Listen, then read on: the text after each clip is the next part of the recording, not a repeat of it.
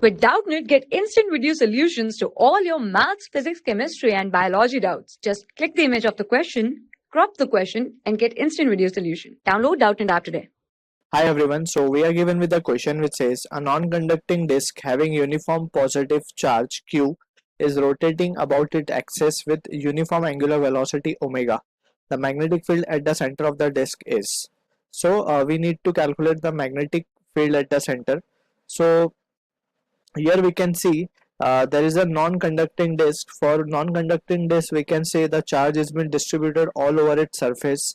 So we can write sigma, that is surface charge density, is nothing but it is q by a.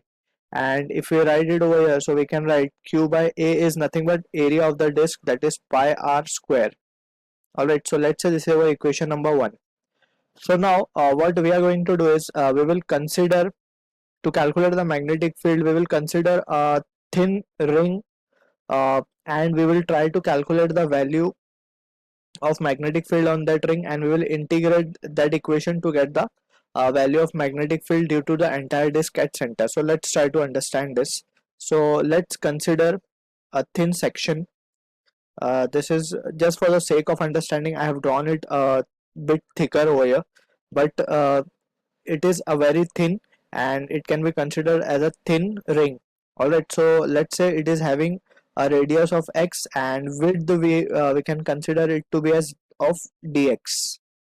Alright, so about circular section we have studied, that is and let's suppose the charge on this ring is dq. So what we have studied is magnetic field due to a circular section or a circular wire carrying current is given by the formula mu naught I by 2r. Alright, so in our case this equation will get modified as dB, and that would be equals to mu naught di upon, we can say it as 2x. So we will use we will first try to calculate the value of this di. So di is nothing but, di is, we can write it as dq by dt, or we can write it as dq by t. Let's take it as capital T because this is the time that one charge will require to complete one circle. Alright, so di will be dq by dt. For dq we can write dq can be calculated as we can say dq will be equals to sigma into dA.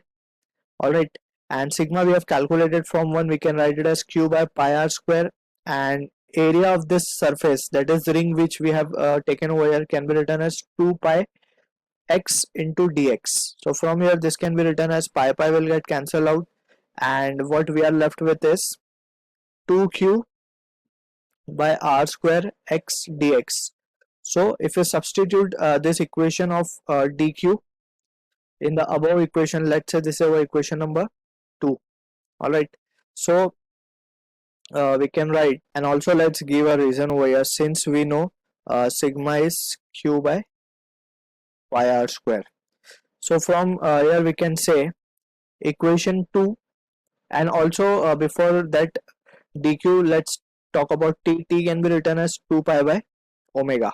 Alright, therefore from equation 2 we can say di will be nothing but dq, we have calculated it as 2q by r square into x dx, dividing it by dt, we have calculated it as 2 pi by omega. Omega will go in the numerator. So from here we can say 2 will get cancelled out, and we are left with omega into q x dx, dividing it by pi r square. So this is what the equation of di we are getting, and if we substitute this value of di in the equation of dB, so we can write, therefore dB can be written as mu naught di. Di we have calculated it as omega qx dx, dividing by pi r square into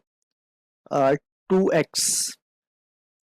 So from here we can see the value of xx will get cancelled out, and what we are left with is mu naught omega q dx, dividing by 2 pi r square.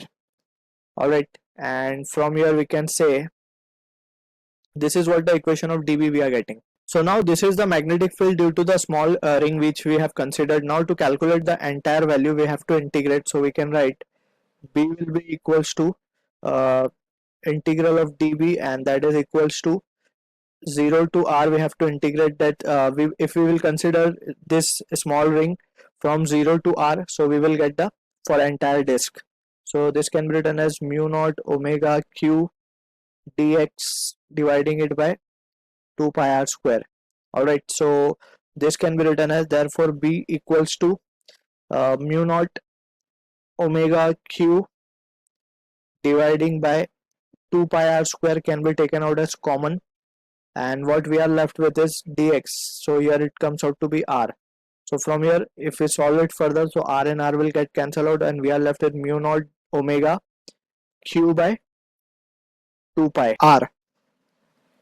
Alright, so this is the value of magnetic field we are getting, and this is the magnitude. Now we are interested in finding the direction. So from this we can say having a magnitude of mu naught q omega by 2 pi r. Now for the direction we can make use of right hand palm thumb rule, so which says that we have to curl the finger around the current, so thumb will give the direction of magnetic field. So as we can see the current is rotating in the anti-clockwise direction, so thumb will point outward, so the direction of magnetic field will be outward. So option A and option D is the right answer to this question. So from here we can see put a dot over here, that is it is pointing outward, and in terms of vector we can write B bar will be mu naught omega q by 2 pi r, which is pointing outward. So I hope you have understood the concept, and thank you for watching. For class 6 to 12, IIT JEE and NEET level. Trusted by more than 5 crore students. Download Doubtnut App today.